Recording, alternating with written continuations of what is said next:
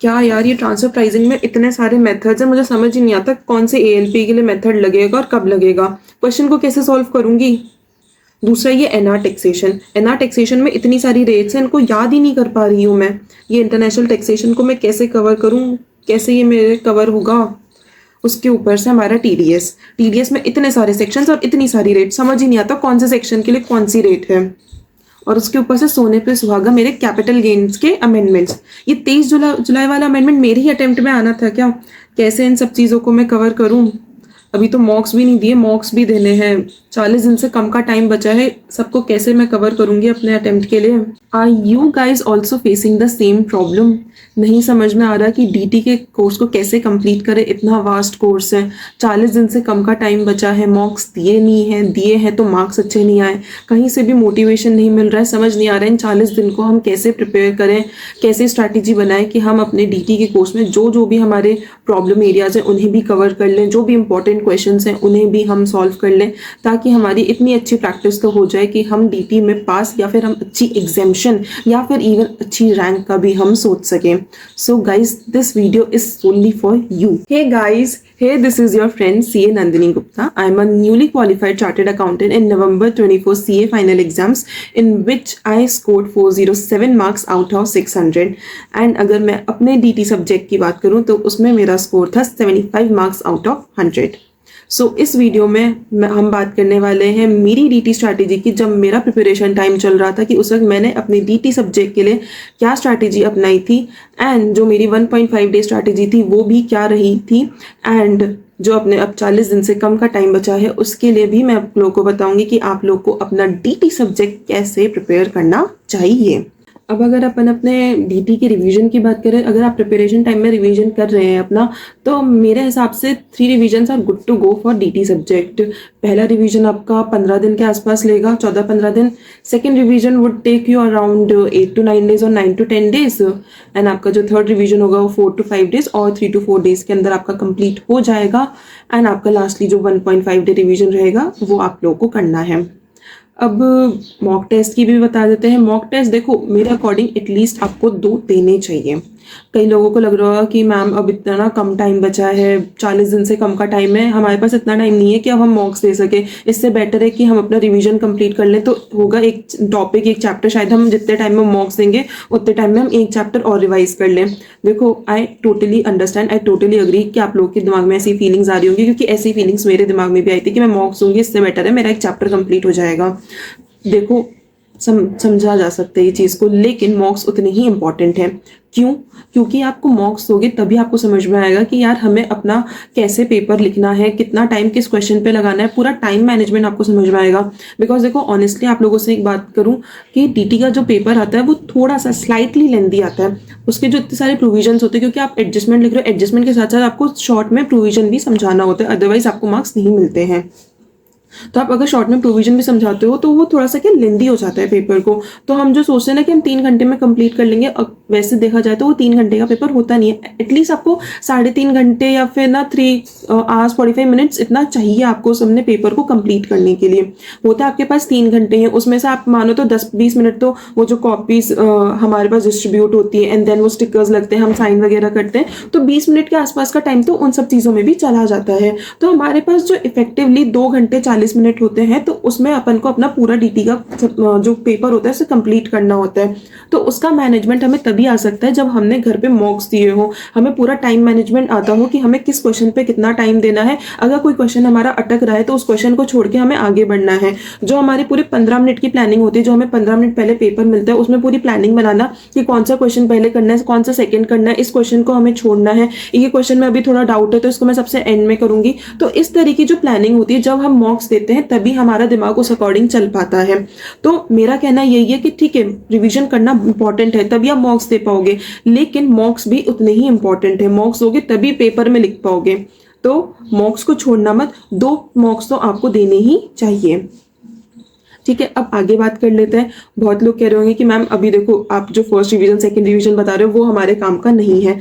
मानती हूँ। अभी आप लोग का 40 दिन से कम का टाइम बचा है, आप लोग शायद एक रिवीजन अपना ऑलरेडी कर चुके होंगे या फिर अपने सेकंड रिवीजन के ऊपर होंगे। तो आप लोग को लग रहा होगा कि मैम दूसरे सब्जेक्ट्स भी हैं, दूसरे सब्जेक्ट्स भी करने हैं, डीटी उठाते तो एफआर की टेंशन होती है, एफआर उठाते तो डीटी की टेंशन होती है। आई अग्री, ऐसा होता होगा, ऐसे माइंड में बहुत सारी प्रॉब्लम्स आपके आ रही होंगी। बट आप लोग को हमने डीटी सब्जेक्ट के लिए क्या करना है, देखो अगर अभी भी इतना कॉन्फिडेंस नहीं आ पा रहा है कि हम डीटी को बहुत अच्छे से कर पाएंगे, तो आप थोड़ा सा स्लाइटली हायर टाइम डीटी को दे सकते हो। जैसे 10-12 दिन आपने दे दिए, उसमें आप क्या कर सकते हो, पहले जो आपके इंपॉर्टेंट टॉपिक्स है, देखो इतने सारे टॉपिक्स हैं, हर टॉपिक से आईसीएआई हमेशा नहीं पूछ सकता, ये आप लोगों को भी पता है। अगर आप लोगों ने पेपर देखे होंगे तो पेपर से आपने भी इतना एनालाइज किया होगा, या फिर आपने किसी टीचर का एनालिसिस उठाया होगा तो उन्होंने पूरे पास्ट ईयर का एनालिसिस ट्रेंड आपको बनाकर दिया होगा। तो आप लोगों को पता है कि कौन से टॉपिक्स ऐसे हैं जिनको आपको पहले रिवाइज करना चाहिए, कौन से टॉपिक्स ऐसे हैं जिनको आपको बाद में देखना चाहिए, या फिर नहीं भी देखा तो एक बार के लिए इतना टेंशन नहीं है कि भाई मेरा कुछ मेजर छूट चुका है। तो देखो मेजर टॉपिक्स अपने क्या क्या आते हैं, अपना इंटरनेशनल टैक्सेशन आता है। इंटरनेशनल टैक्सेशन में भी अपने क्या इंपॉर्टेंट है, जो अपने एनआर टैक्सेशन है, डीटीडब्ल्यूए है, ट्रांसफर प्राइसिंग है, जो ये अपने अलग आते हैं, बेप्स आता है, और वो जो छोटे छोटे थ्योरी के सब्जेक्ट्स टॉपिक्स हैं वो इतने इंपॉर्टेंट नहीं होते। तो एक बार के लिए आप उन्हें छोड़ भी दोगे तो इतना आपका मेजर लॉस नहीं होगा। लेकिन ये जो बाकी के टॉपिक्स है जो कि आपका 30 से 35 मार्क्स का कॉन्स्टिट्यूट करते हैं, इनको आपको बहुत अच्छे से करना होगा, ठीक है। तो ये वाले टॉपिक्स वो है जिनको आपको प्रॉपर्ली देख के ही जाना है, आपकी ये एक कैटेगरी में होने चाहिए। दूसरा अपने जो नॉर्मल चैप्टर्स की बात करूँ तो उसमें आपको कैपिटल गेन अच्छे से देखना होगा, बिकॉज आपको ही पता है कैपिटल गेन में अभी रिसेंटली आपके अमेंडमेंट्स काफी सारे आए हैं, 23 जुलाई वाला अमेंडमेंट, तो उसको आपको अच्छे से देखना ही होगा। तो आपका सीजे आप नहीं छोड़ सकते, मेजरली आपका जो अमेंडमेंट है उसको तो आप बिल्कुल भी छोड़ के नहीं जा सकते हो।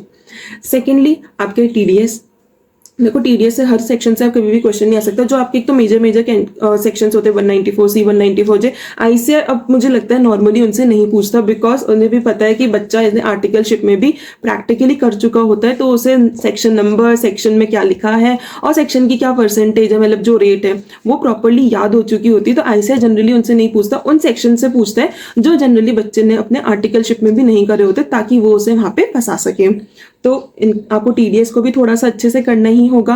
और क्या टॉपिक्स बचा आपके पास, बिजनेस ट्रस्ट बचा, बिजनेस ट्रस्ट सिक्योरिटाइजेशन, ये हार्डली, ये जो securitization trust, investment fund, business trust, ये हार्डली आपके 15 मिनट के टॉपिक्स हैं। इन तीनों को मिला के आपको 15 मिनट से ज्यादा रिवाइज करने में कभी नहीं लग सकता।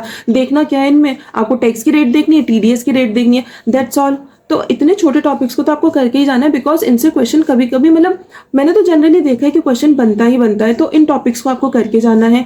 सेकेंडली आपका ट्रस्ट टॉपिक हमेशा, मतलब क्वेश्चन हमेशा बनता है, जो उसका वो आता है एग्जिट टैक्स, उससे हमेशा क्वेश्चन बनता ही बनता है। तो ऐसे जो आपके इंपॉर्टेंट टॉपिक्स हैं आपको उनको अच्छे से देख के ही जाना चाहिए। पीजीबीपी में कुछ चीजें होती हैं जो कि पूछी ही जाती है, जैसे पीजीबीपी से तो हमेशा जो अपना पहला क्वेश्चन बनता है 14 मार्क्स का, वो उसी से बनता है। उसमें हो सकता है दूसरे चैप्टर्स का भी मिक्स हो, लेकिन मेजरली तो अपना पीजीबीपी कॉन्स्टिट्यूट करता है, तो उनको भी आपको अच्छे से करके जाना चाहिए, जो भी उसमें मेन प्रोविजंस हैं। तो इस तरह से होलसेल आपको जो एक कैटेगरी के टॉपिक्स हैं उनको पहले करना चाहिए।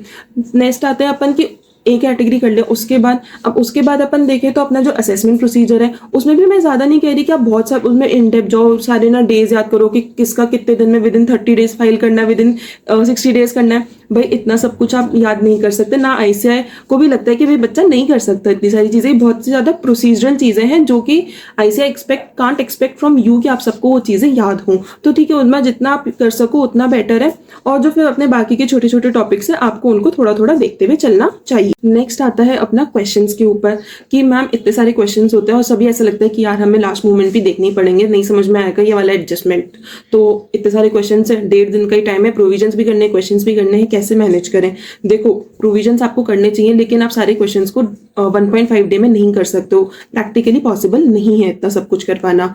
तो देखो क्वेश्चंस के लिए आपको क्या करना है, जितने क्वेश्चंस आप अपने जब प्रिपरेशन टाइम में कर रहे हो तो उसी में, ये मैंने आपको एएफएम की स्ट्रैटेजी में बताया था कि आप क्या कर सकते हो कि फॉर सपोज आप एक क्वेश्चन किया, अब जरूरी नहीं है कि वो क्वेश्चन, देखो जनरली ऐसा कभी नहीं होता कि एक पूरा क्वेश्चन ही आपको हार्ड लगे, वो ऐसे बहुत लिमिटेड क्वेश्चंस होते हैं, उनका स्पेशली मार्क करके रख सकते हो कि हाँ मैं इसको पूरा का पूरा लास्ट टाइम में देख के जाऊंगा, जाऊंगा, देख के जाऊंगी।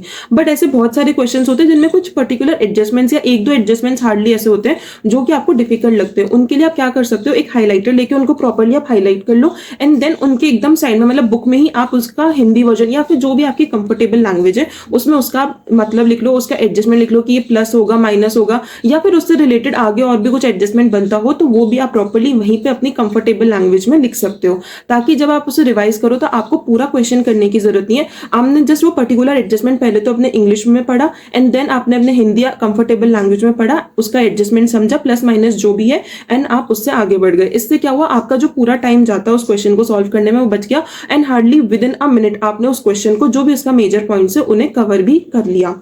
तो इस तरह से आपका क्या टाइम बचा, ज्यादा क्वेश्चंस भी आपके कवर हो पाएंगे एंड आपके कम से कम टाइम में ही सब चीजें हो जाएंगी। सेकंड, आप ये भी कर सकते हो, जैसे मैंने भी इस चीज को अपनाया था कि फॉर सपोज अब आपने इतने सारे क्वेश्चंस करे, अब आप ना एग्जाम डे पे एक एक बुक का पन्ना पलट रहे हो कि भाई यहाँ पे मैंने क्या लिखा है, यहाँ पे क्या लिखा है। तो देखो जो बहुत ही मेजर क्वेश्चन है उनमें तो ठीक है हमने बुक्स पलट के या फिर हमने कुछ स्टिकी नोट्स लगा दिए कि इन पेजेस को तो मैं लास्ट डे पे देखूंगी या देखूंगा, ठीक है। लेकिन जो बाकी पेजेस पे हमने कुछ छोटी छोटी चीजें लिखी हुई हैं तो उनके लिए आप क्या कर सकते हो, जब आप अपने प्रिपरेशन टाइम में ही थे तब जैसे हमने अगर सेकंड या थर्ड रिवीजन में हो तब भी आपको लगा कि यार अब मुझे अपने 1.5 डे के लिए स्ट्रैटेजी बनाना शुरू कर देना चाहिए, तो उसमें आप क्या कर सकते हो कि जो छोटी छोटी चीजें थी उनको हमने अपनी बुक में यहाँ पे पढ़ा एंड देन जो आपके बुक के लास्ट पेज है या फिर आपने कोई अलग से कॉपी का पेज ले लिया उन पे उन एडजस्टमेंट्स को अपने पेन से खुद अपने हाथों से लिख दिया कि अगर ऐसे किया है, अगर ये लैंग्वेज लिखी हुई है तो इसमें मुझे क्या करना है, ये लैंग्वेज लिखी है। बेसिकली वो पॉइंट्स होते हैं कि जो ठीक है आपके कॉन्सेप्ट्स तो ठीक है आपको पता होने चाहिए, लेकिन आपने कॉन्सेप्ट्स कर लिए फिर भी आप इस पर्टिकुलर पॉइंट में हर बार कंफ्यूज होते हो। तो ऐसे अगर कोई कंफ्यूजिंग पॉइंट्स है तो भाई एग्जाम में तो हमें कैसे भी ना कैसे करके सही करना है। आपको कॉन्सेप्ट आते हो नहीं आते हो ऐसे को उसका मतलब नहीं है, तुम्हारी कॉपी में सही होगा तो तुम्हें मार्क्स मिल जाएंगे। तो अगर ऐसे कोई ट्रांजेक्शन्स हैं जो नहीं समझ में आते, कॉन्सेप्ट्स पढ़ लिए उसके बाद भी वो दिमाग में फिट नहीं होते हैं, तो उनको आपको पीछे लिख करके आप उसे सॉल्व कर सकते हो, मतलब अपने रिमेम्बरेंस के लिए। क्योंकि आपको 1.5 डे में अगर आपने ऐसे एक दो पेजेस भी बना लिए तो एक दो पेजेस पढ़ने में कितना टाइम लगेगा, हार्डली आई थिंक आपको 10 मिनट से ज़्यादा नहीं लगना चाहिए, क्योंकि वो आपकी खुद की हैंड राइटिंग में लिखा हुआ है तो इससे ज़्यादा आपको टाइम उसे पढ़ने में नहीं लगेगा। जैसे मैं आपको अपनी भी बुक में दिखा सकती हूँ, ये मेरी क्वेश्चन बैंक है, तो आप मेरा क्वेश्चन बैंक में देखोगे तो मैंने प्रॉपरली जितने भी पॉइंट्स थे जो मुझे डिफिकल्ट लगते थे उनको मैंने प्रॉपरली यहाँ पे इस तरह से लिखा था ताकि मुझे लास्ट डे पे 7 पेजेस को पढ़ना रहे, और जो मैंने अगर कोई स्टिकी नोट्स या फिर मैंने पेज फोल्ड किया है तो वो मुझे पढ़ना रहे। हाँ जी, तो अभी तक अपन ने क्या क्या बात कर ली, अपन ने अपने प्रिपरेशन स्ट्रैटेजी की बात कर ली, मॉक्स के ऊपर बात कर ली, 40 डेज में आपने सबसे पहले कौन से टॉपिक्स को प्रायोरिटाइज करना चाहिए उसके बारे में बात कर ली, क्वेश्चंस को आपको किस तरह से हैंडल करना चाहिए उसके बारे में बात कर ली। लास्टली एक क्वेश्चन जो बच्चों का रहा होगा कि यार मेरे अटेम्प्ट में ही इतनी सारी चीज़ें क्यों आई है, मेरी अटेम्प्ट में इतने सारे अमेंडमेंट्स क्यों आए हैं। तो देखो यार उसका तो कुछ भी नहीं किया जा सकता, वो तो जो आना है वो आएगा और वो आपको अटेम्प्ट भी करना ही पड़ेगा। क्या पता आप लोग का डीटी का पेपर बहुत ही ज़्यादा सिंपल है, आप लोग बहुत ईजीली उसे सॉल्व कर पाओ, तो आगे क्या होने वाला है उसके बारे में तो किसी को भी नहीं पता, और जो आप लोगों के पास है उसे आप लोग को कंप्लीट करना ही होगा। भली से सीजी के कितने भी अमेंडमेंट्स आए, you have to go through it, वो करने भी होंगे एंड उससे फॉर श्योर उससे क्वेश्चन आना ही चाहिए। सो ठीक है, वो तो जो आ रहा है you should be like go with the flow, जो आया है उसे एक्सेप्ट करेंगे, जो आने वाला है उसे भी हैप्पीली एक्सेप्ट करके, बिकॉज देखो 3 घंटे में आप लोग के सामने क्या खुलेगा पेपर वो किसी को भी नहीं पता होता, तो आपको उसे एकदम ओपन माइंडेड से एक्सेप्ट करना है और उसमें से ये देखना है कि मैं कहाँ कहाँ से मार्क्स अपने लिए चुरा सकती हूँ, चुरा सकता हूँ। तो मेरा कहना तो यही है कि अपने आप को मोटिवेटेड रखो, जो आ रहा है उसे हैप्पीली एक्सेप्ट करो, आगे भी जो आएगा उसे भी हैप्पीली एक्सेप्ट करना एंड अच्छे से खुशी खुशी पढ़ते रहो, मन लगा के ऐसे ही अपना कहते हैं ना अपना कर्म करते हुए चलो, फल अपने आप मिल जाएगा। So go with the flow. So that's all from my end. Video अच्छी लगी हो तो वीडियो को एक लाइक और कमेंट करके ज़रूर बता दीजिएगा ताकि मैं आप लोगों के लिए इस तरह के वीडियोस और ला सकूं, मुझे एक मोटिवेशन मिलेगा आप लोगों के कमेंट सुन करके। एंड अपने दोस्तों के साथ जो भी आप लोगों के साथ इस सीए फाइनल में 25 अटेम्प्ट में बैठ रहे हैं या फिर नवंबर 25 में अटेम्प्ट देंगे अपना, उनके साथ ये वीडियो ज़रूर शेयर कीजिएगा। एंड हाँ, अभी तक भी अगर चैनल पे नए हो और चैनल को सब्सक्राइब नहीं किया है तो चैनल को सब्सक्राइब करना बिल्कुल भी मत भूलिएगा। मैं आप लोगों से दोबारा जल्दी ज़रूर मिलूंगी। Here, this is C. Nandini Gupta signing off.